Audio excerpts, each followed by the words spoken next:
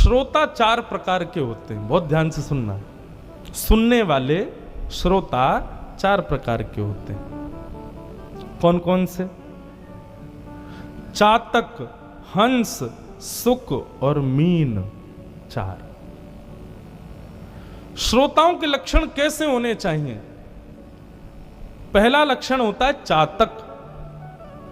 चातक पक्षी का स्वभाव क्या होता है बंधुओं? वो मर जाएगा पर जीवन में कभी किसी नदी के जल को नहीं पी सकता। वो जीवन पर्यंत केवल और केवल स्वाति का जल ही पीता है। वर्षा की, प्रथम वर्षा का जल जो गिरता है वही पीता है। और चातक पक्षी का एक और लक्षण होता है, वो ज्यादातर पहाड़ों में मिलते हैं। जब वो चहकते हैं ना तो उनके मुख से आवाज आती है, तो ध्यान से सुनो तो ऐसा लगता है बोल रहे हो, प्यासा हूं, प्यासा हूं, प्यासा हूं। वो ऐसे ही चहकते। तो जब वो सुबह सुबह चिल्लाते हैं तो सारे पक्षी कहते हैं, अरे पूरे दिन तुम ऐसे चिल्लाते हो, प्यासा हूं, प्यासा हूं। जाओ, नदी बह रही है, गंगा जी बह रही है, जमुना जी बह रही, पोखर तालाब भरे, कहीं पी लो पानी। कहता है नहीं, जब काले काले मेघ आएंगे, गरज करके बरसेंगे और ऊपर से स्वाति का जल जब गिरेगा तब मैं उसको पीऊंगा, तब मेरी प्यास बुझेगी। मतलब वो इतना प्रेमी होता है वर्षा के जल का कि उसके आगे वो नदियों के जल को भी नहीं पीता है।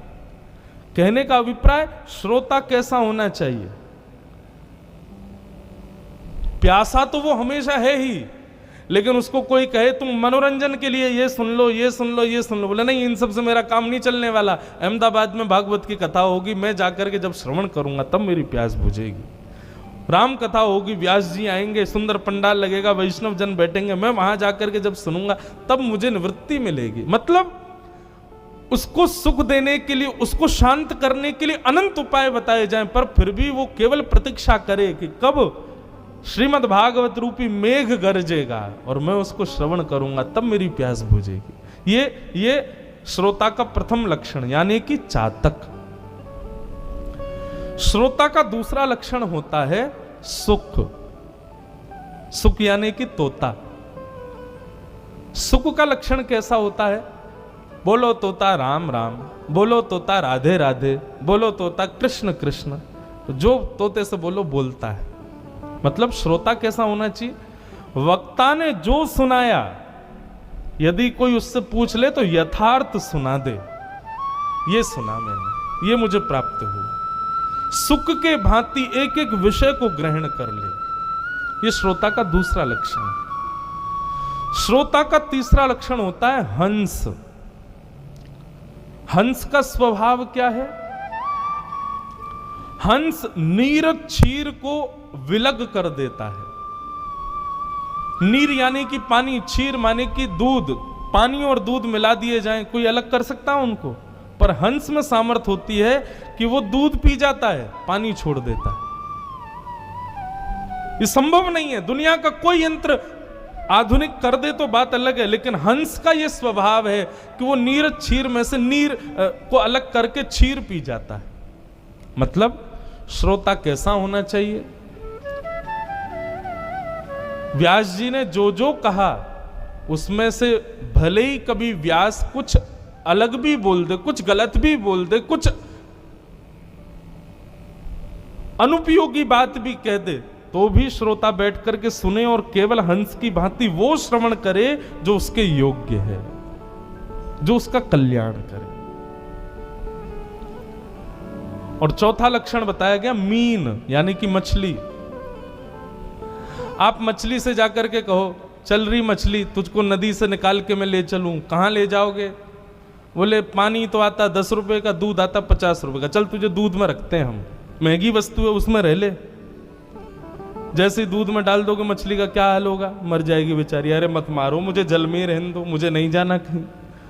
मतलब आपको आध्यात्मिक स्थिति, भक्ति की स्थिति से कोई प्रलोभन देकर के कहे कि चलो वहां चलो, वो ज्यादा बढ़िया, उसमें ज्यादा आनंद आएगा। ये पार्टी में चल रहे हैं, वहां चल रहे हैं, वहां जा रहे हैं। आपका स्वभाव मीन जैसा हो, बोले भैया हम मछली हैं, हमारे लिए सामान्य कथा और भक्ति भाव ही श्रेष्ठ है, हम इसी में ही जीवित रह सकते हैं।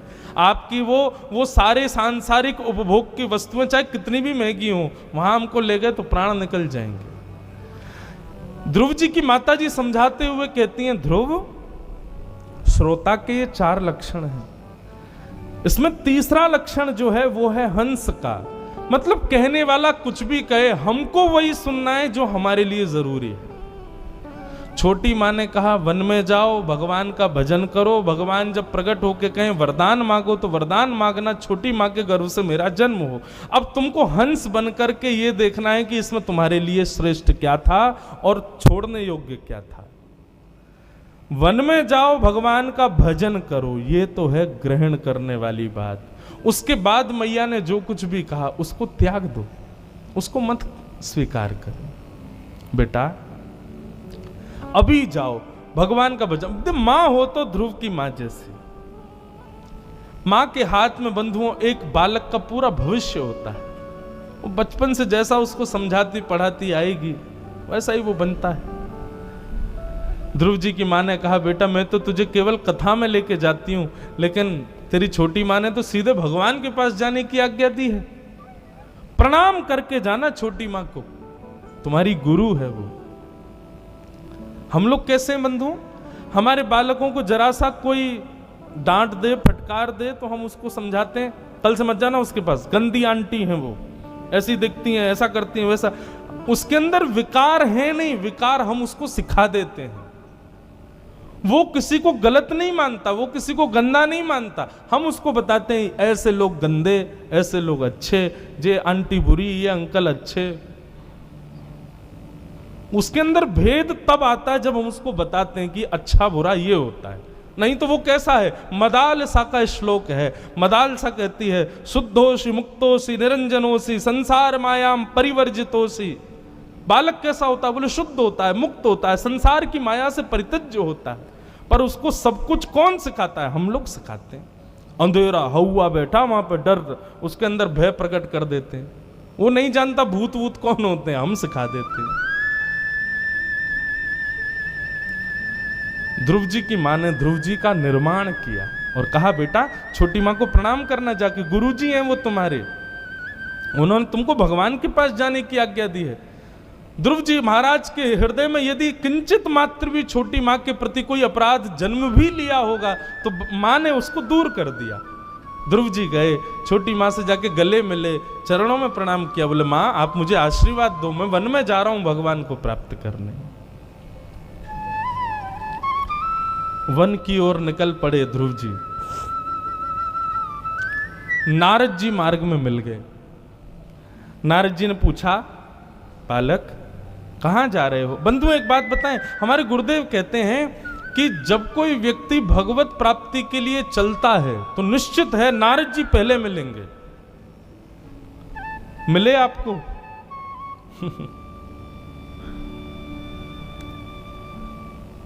अब आप लोग मुस्कुराए क्यों पता है? क्योंकि आपने नारद की भूमिका वो बना रखी है जो सीरियल ने आपको दिखाया है। तंबूरा हाथ में लिए होंगे, जटा बननी होगी, नारायण नारायण ऐसे बोलते हुए नारद जी मिलेंगे? नहीं। नारद वो नहीं है। नारद कौन?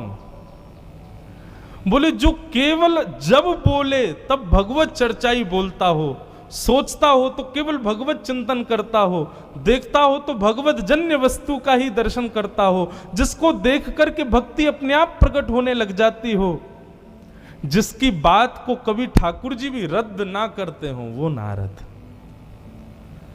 हमने अपने गुरुदेव से पूछा, मैं गुरुजी तो नारद कौन है? तो उन्होंने बड़े सहज भाव में बताया, बोले भगवत कथा गाने वाले वैष्णव ही नारद हैं। जिस समय वो मिल जाएंगे, अच्छे से मिल जाएंगे, मतलब उनकी वाणी हृदय में विश्वास धारण करके बैठ जाएगी, उन नारद की, वक्ता रूपी नारद की, समझो आप ठाकुर जी मिलने वाले। यदि कोई गुरु, कोई वैष्णव किसी की वाणी प्रभाव डाल रही हो हृदय पर, और एक और बात ध्यान रखना, उसकी वाणी सुनकर के वो प्रिय लग रहा हो तो अपराध है, उसकी वाणी सुन के ठाकुर जी प्रिय लग रहे हो तो श्रेष्ठता।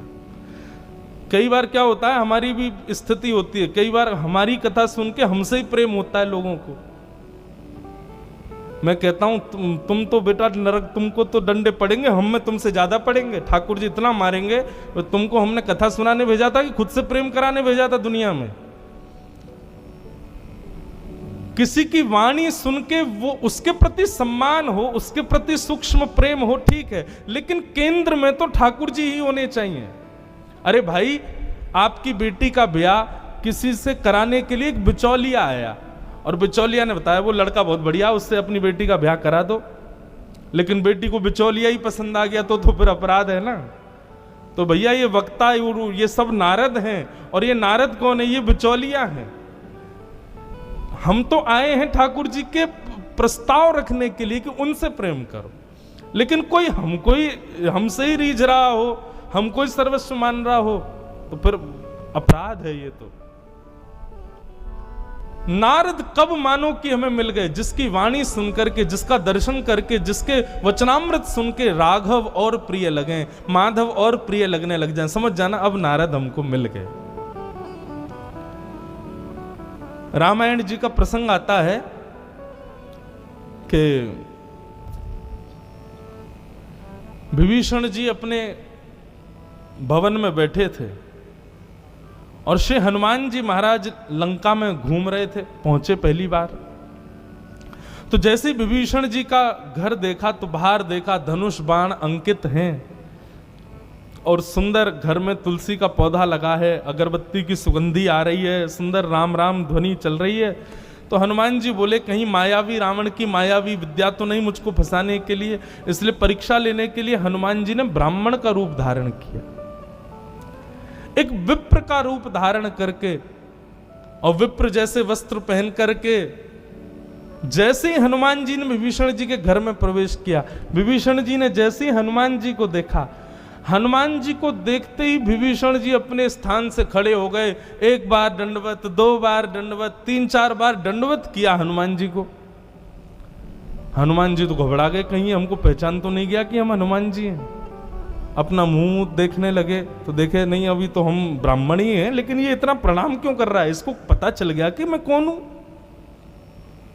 हनुमान जी ने विभीषण को उठाया, भैया बड़ी प्रणाम कर रहे हो, क्या हम पहले कभी मिले हैं? विभीषण जी बोले नहीं, हम कभी, मुझे तो नहीं लगता हम कभी मिले हैं।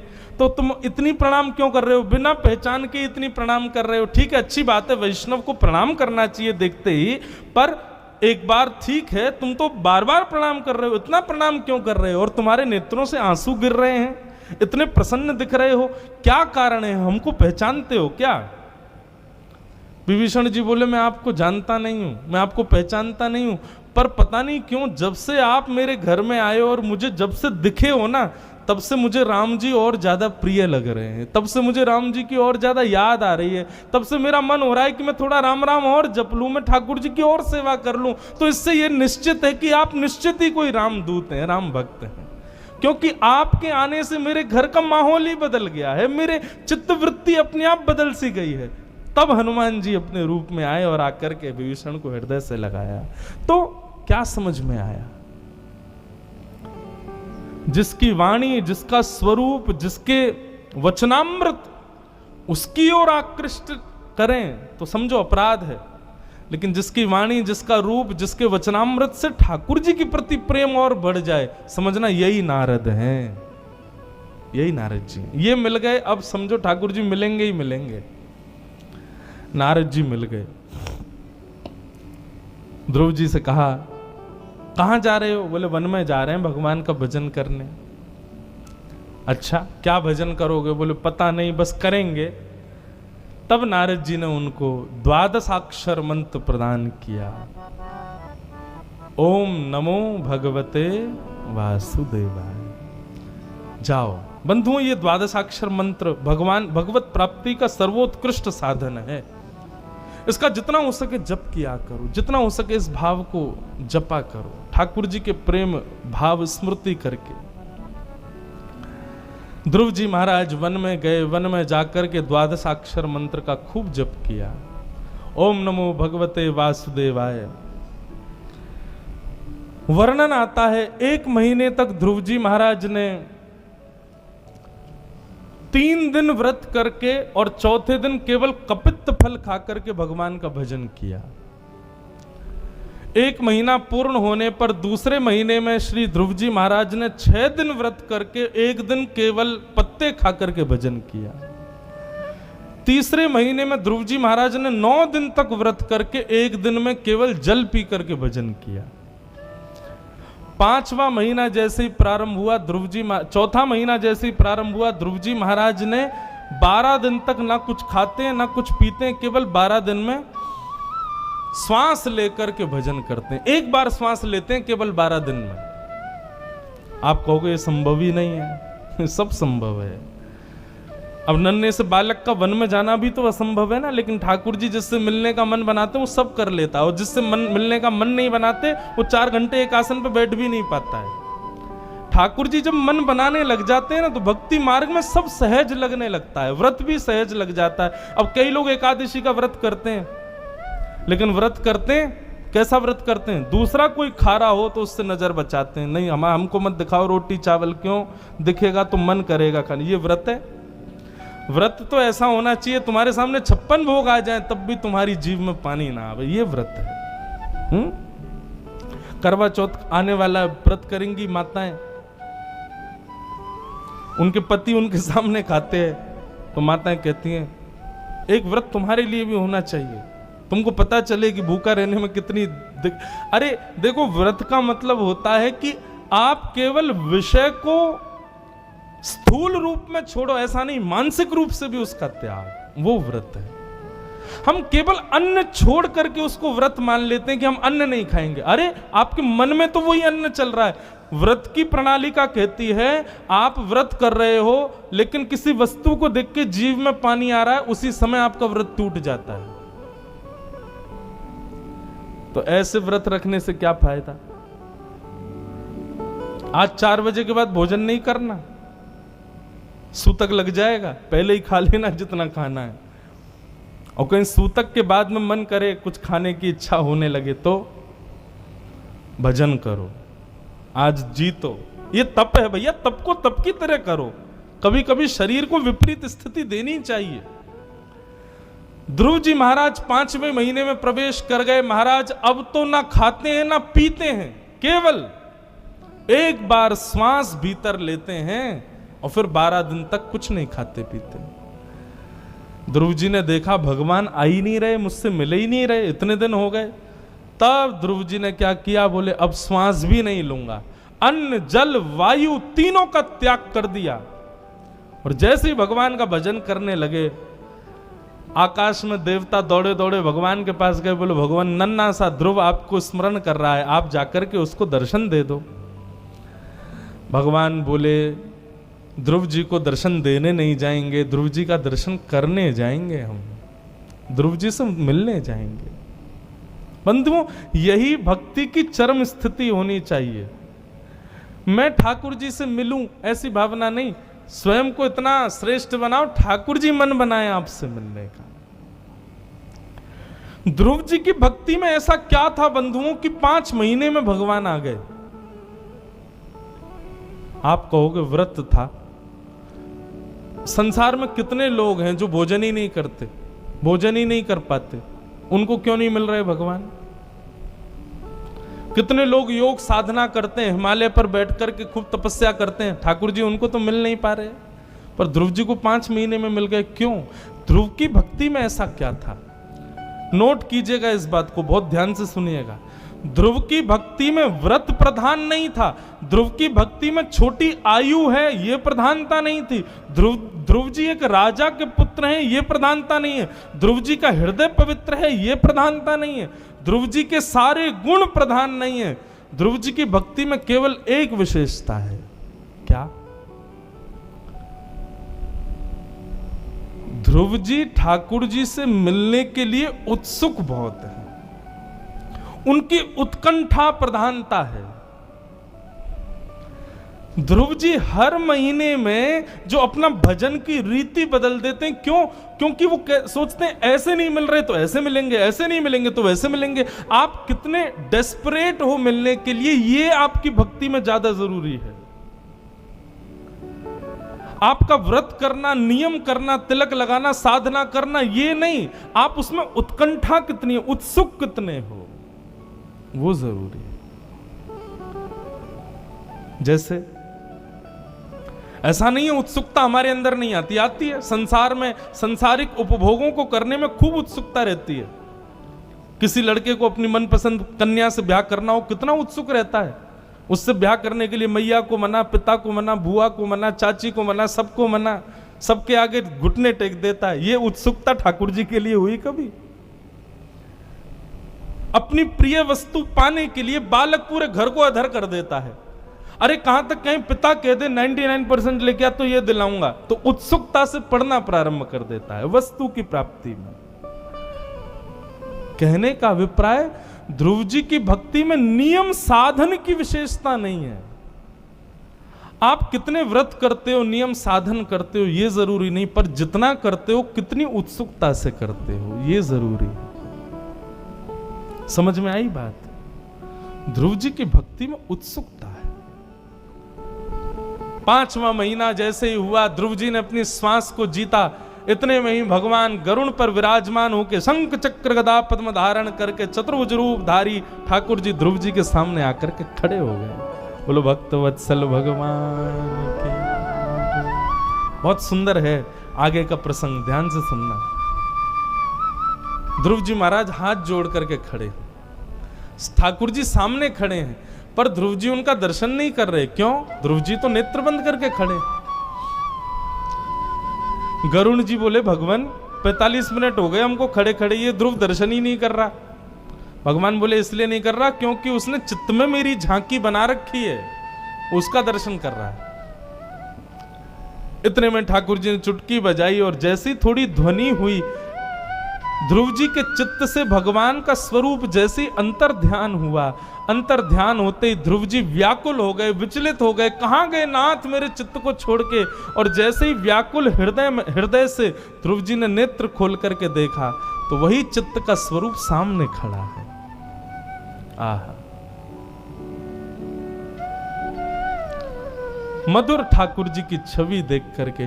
बंधु, अब भागवत में श्री सुखदेव जी वर्णन करते हैं, परीक्षित ध्रुव जी ने जब भगवान का दर्शन किया तो सबसे पहले क्या हुआ ध्रुव जी के साथ? सबसे पहली स्थिति क्या है ध्रुव जी की? बहुत ध्यान से सुनना। तद्दर्शने नागत साध्व सच्चिता ववंदतांगम विनमय्य दंडवत् दृग्भ्याम प्रपश्यन् प्रपिवार निर्वार्भकम् चुम्बन निवास्येन भुजैर्लिवाश्लिशन्।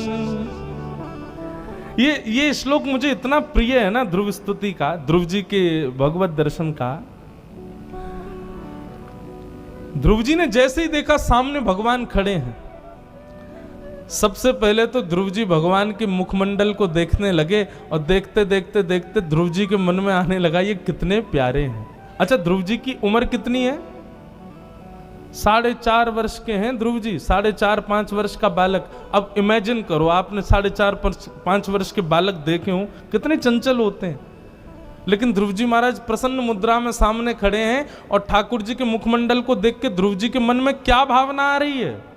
तो यहां पर सुखदेव जी कह रहे हैं ध्रुव जी के मन में भावना हो रही है कि मैं कैसे ना कैसे करके इनकी गोद के ऊपर चढ़ जाऊं, इनको जोर से अपने अंक में भर लूं और इनके गोल गोल गुलाबी गुलाबी गाल जो हैं इनको काट लूं, इनका चुम्बन कर लूं। चुम्बन निवासेन भुजैर्लिवाश्लिशन्। सुखदेव जी कहते हैं ठाकुर जी का रूप ऐसा है परीक्षित कि एक 4.5 वर्ष का बालक, जिसको यह भी नहीं पता आलिंगन किसको कहते हैं, जिसको यह भी नहीं पता कि त्वचा का स्पर्श किसको कहते हैं, जिसको यह भी नहीं पता सुंदर कुरूप किसको कहते हैं, उस ध्रुव के मन में यह भाव आ रहा है कि मैं गोद में चढ़ करके इनके सुंदर गालों को काट लूं। सुखदेव जी कहते हैं परीक्षित, लोग गोपियों पर प्रश्न उठाते हैं कि वो भगवान से प्रेम करती हैं। अरे ठाकुर जी का रूप ऐसा है कि नन्हा सा बालक ध्रुव भी उनके रूप पर मोहित हो सकता है, तो गोपियां क्यों नहीं होंगी? ध्रुव जी का ऐसा भाव होने लगा।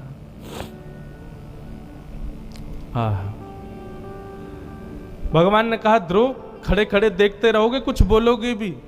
ध्रुव जी बोले हम छोटे से बालक हैं, हम पे तो बोलना आता नहीं है। तब भगवान ने उनको समीप बुला के अपना शंख स्पर्श कराया और श्री ध्रुव जी महाराज ने अद्भुत वेद वेदांतों का ज्ञान होते ही भगवान की स्तुति गाई। ध्रुव जी अपनी स्तुति के अंत में क्या कहते हैं हम उसको सुनाएं। ध्रुव जी कहते हैं भक्ति मुह प्रबहताम त्वयि में प्रसंगो भूयादनंत महताम अमलाशयानाम येनांज सोलवण मुरुव्यसनम भवाब्धिम निश्चय भवद गुण कथामृत पान मत्त। हे नाथ, मुझे आपसे केवल एक वस्तु चाहिए। भगवान बोले हमें पता है तुम्हें क्या चाहिए। क्या पता है आपको? बोले तुम अपने पिता की राज्य गद्दी मांगने आए हो। बोले नहीं नहीं नहीं भगवान, अब मुझे नहीं चाहिए अपने पिता का राज शासन। तो बोले अब क्या चाहिए? बोले नाथ, एक आदत मुझको लग जाए ऐसी कृपा कर दो, एक एडिक्शन मुझको हो जाए, एक लत लग जाए ऐसी कृपा मुझ पर कर दो। भगवान बोले क्या चाहिए बताओ? बोले नाथ, जहां कहीं भी आपकी कथा चल रही हो, जहां कहीं भी आपके सुंदर गुणानुवाद गाए जा रहे हों, वहां मेरा अनायास ही मन लगने लग जाए। मैं भोजन में रुचि ना रखूं, मैं जल में रुचि ना रखूं, संसार की और किसी विषय भाव में मेरी रुचि ना हो, बस जहां आपका कीर्तन कथा हो वहीं मेरी रुचि लगे, वही मेरी लत बनकर के मेरे जीवन में आ जाए, ऐसी कृपा मुझ पर कर दो। मैं आपकी कथा के बगैर जीवित ना रह सकूं नाथ, ये कृपा मुझ पर कर दो। ठाकुर जी बोले ध्रुव, तुम चाहते तो सीधा ये भी मांग सकते थे कि भगवान आप सदा अपने संग रख लो। तुमने मुझे नहीं मांगा, कथा क्यों मांगी?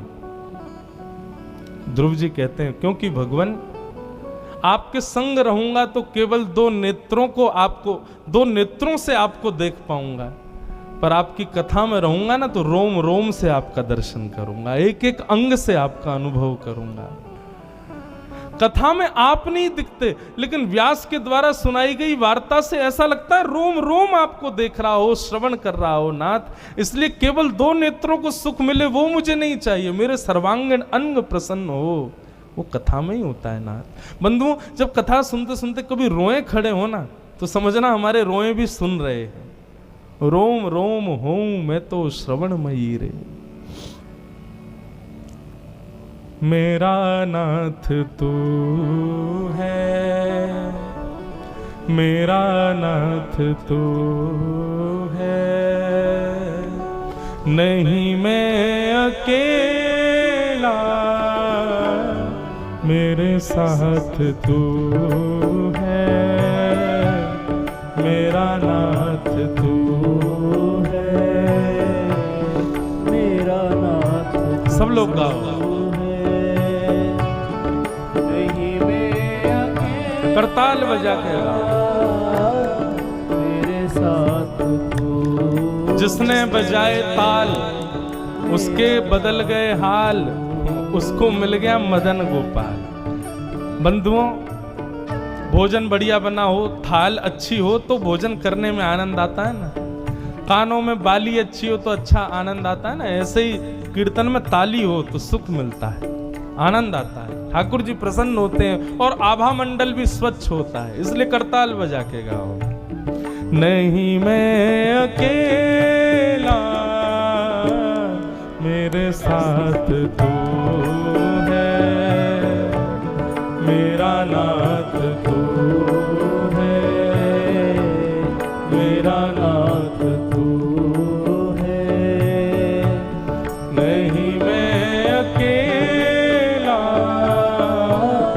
मेरे साथ तू है, मेरा नाथ तू है। ठाकुर है तू, मैं तेरा पुजारी, ठाकुर है तू, मैं तेरा पुजारी,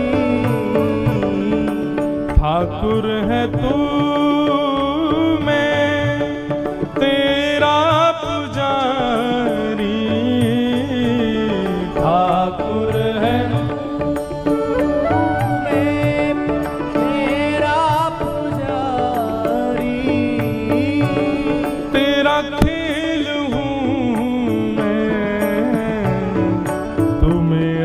खिलाड़ी, तेरा खेल हूँ मैं,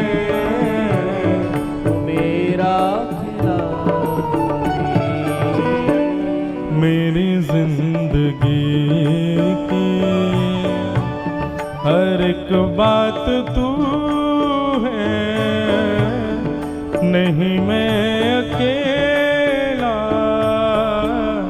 मेरे साथ तू है, मेरा नाथ तू है, मेरा नाथ तू है, नहीं मैं अकेला,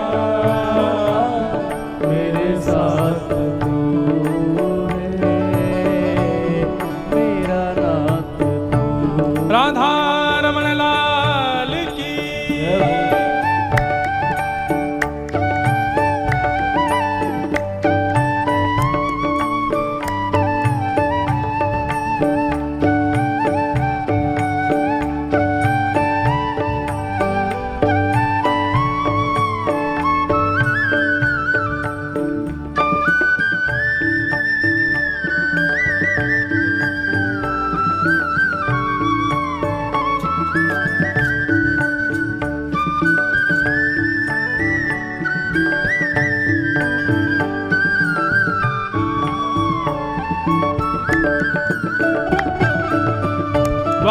द्वारिकाधीश की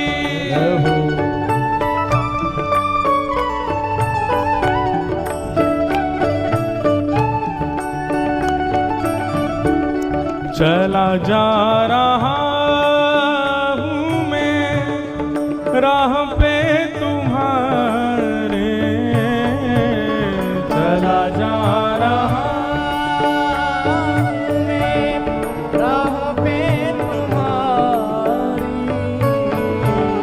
चला जा रहा हूँ मैं राहों पे तुम्हारे, चला जा रहा हूँ मैं राह पे तुम्हारे, राहों पे आए जो तूफान भारे, राहों पे आए जो तूफान भारी। अब थामे हुए मेरा हाथ तू है, नहीं मैं अकेला, मेरे साथ तू है, मेरा नाथ तू है, मेरा नाथ तू है, ओ नहीं मैं अकेला, मेरे साथ तू मेरा नाथ तू है।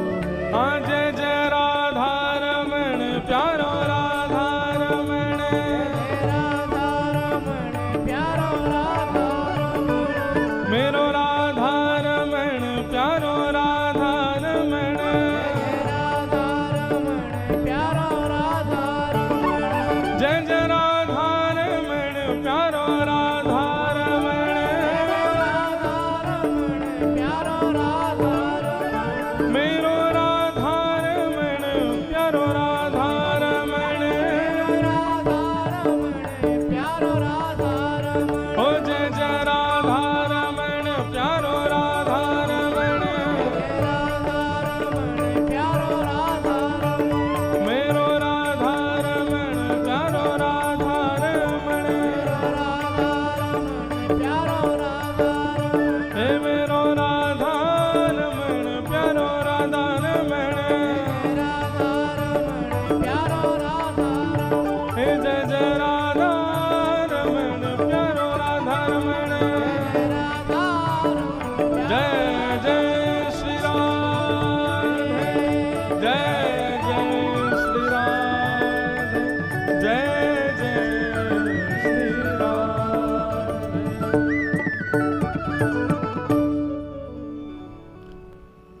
ठाकुर जी की मधुर स्तुति गाई श्री ध्रुव जी महाराज ने और कहा, नाथ अब कोई इच्छा नहीं है, बस आप कृपा करके अपनी वैष्णव भक्ति प्रदान करो।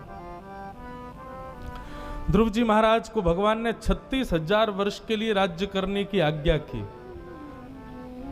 ध्रुव जी बोले, भगवान अब आपका दर्शन हो गया, अब राज शासन मत दीजिए मुझको, अब मैं संसार में चाके भी नहीं रह पाऊंगा। भगवान बोले, ये राजपाट तुम्हारे लिए दंड है। मेरे वैष्णव भक्त की यदि एक बार भी संसार के किसी भोग विलास में एक बार भी उसकी स्थिति पहुंचती है और उसको दंड के रूप में मैं अति बना करके वो वही वस्तु देता हूं, ले अब इतना भोग, उससे परेशानी हो जाएगा।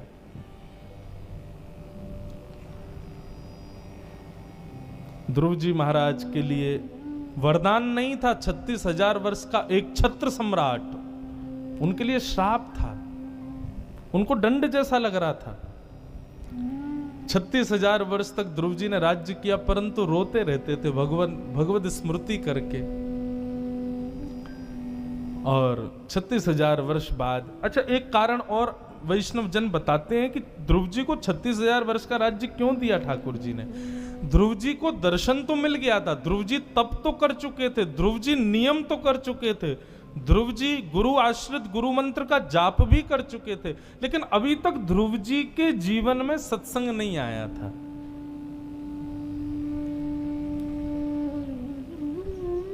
बंधुओं, सत्संग बहुत कुछ देता है।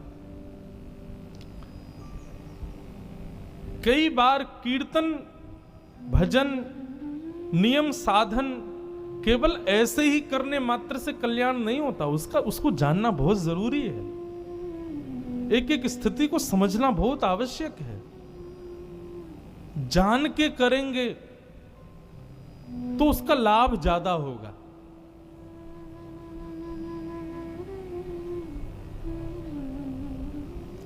सत्संग, क्योंकि वर्णन आता है कि ध्रुव जी ने एक बार अपने छोटे भाई के हत्यारे, उत्तम के हत्यारे यक्षों को वध कर दिया था। किसी ने कहा, बोले ध्रुव जी को भगवत दर्शन हो गया तो अपने क्रोध पर विजय नहीं प्राप्त कर पाए, इसीलिए नहीं कर पाए क्योंकि सत्संग नहीं आया था। तब उनके जीवन में सत्संग हुआ, संतों का संग किया। बंधु, सत्संग की परिभाषा क्या है? क्या केवल किसी व्यक्ति को बहुत देर तक बैठ करके सुनना एक आसन पर, यही सत्संग है? नहीं। मैंने कल भी शायद कहा था, आज पुनश्च कहूं, आपकी जीवन जीने की एक एक स्थिति को सत्संग कहते हैं। आप उठते कैसे हो, सोते कैसे हो, खाते क्या हो, चलते कैसे हो, पहनते क्या हो, जाते कहां हो, कैसे लोगों से मिलते हो, कहां बैठते हो, पूरे दिन की दिनचर्या सत्संग कहलाती है। कोई व्यक्ति श्रेष्ठ बन जाता है तो हम उसकी पूरी दिनचर्या पूछते हैं, क्या करते हो, क्यों ये इतना श्रेष्ठ है? निश्चित ही अपनी दिनचर्या सुखद रखता होगा, इसीलिए श्रेष्ठ है। संपूर्ण हर वस्तु सत्संग है।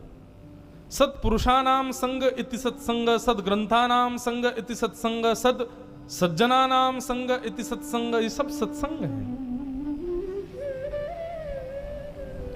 ध्रुव जी महाराज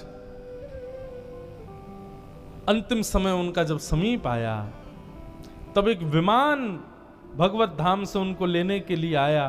ध्रुव जी जैसे उस पर चढ़ने लगे, इतने में ही मृत्यु देवी आ गई। भगवान, मृत्यु लोक का त्याग मेरे स्पर्श के बिना आप नहीं कर सकते, पहले मुझे स्वीकार करना पड़ेगा। ध्रुव जी बोले, नीचे बैठो।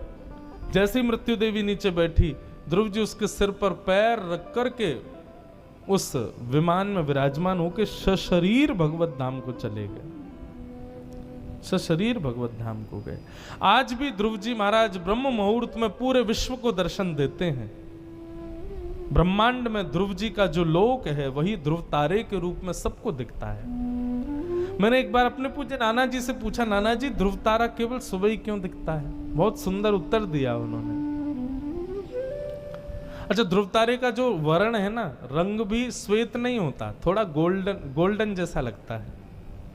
कभी ब्रह्म मुहूर्त में देखो ध्रुव तारा। तो हमारे नाना जी बहुत सुंदर बात कहते हैं, बोले ध्रुव जी 24 घंटे भगवत ध्यान में रहते हैं। इसलिए ध्रुवलोक में जितने भी प्रकाश की वस्तुएं सबको समाप्त करके ध्यानस्थ भगवत स्मरण करते हैं। लेकिन ब्रह्म मुहूर्त के समय ध्रुव जी के लोक में ध्रुव जी से मिलने के लिए स्वयं नारायण आते हैं, तो ध्रुव लोक पूरा सजाया जाता है, इसलिए वो चमकता है, सबको दर्शन देता है। तो हमारे पूज्य नाना जी कहते हैं यदि ब्रह्म मुहूर्त में ध्रुव लोक का दर्शन करो, ध्रुव तारे का दर्शन करो, इस भाव से कहो कि इस समय भगवान ध्रुव जी के पास बैठे हैं, सब वैष्णव जन आनंद कीर्तन कर रहे हैं और ध्रुव जी भी नाच रहे हैं, इसीलिए ये लोक जगमगा रहा है, ऐसी भावना। ऐसे ध्रुव जी को हम बारंबार प्रणाम करते हैं।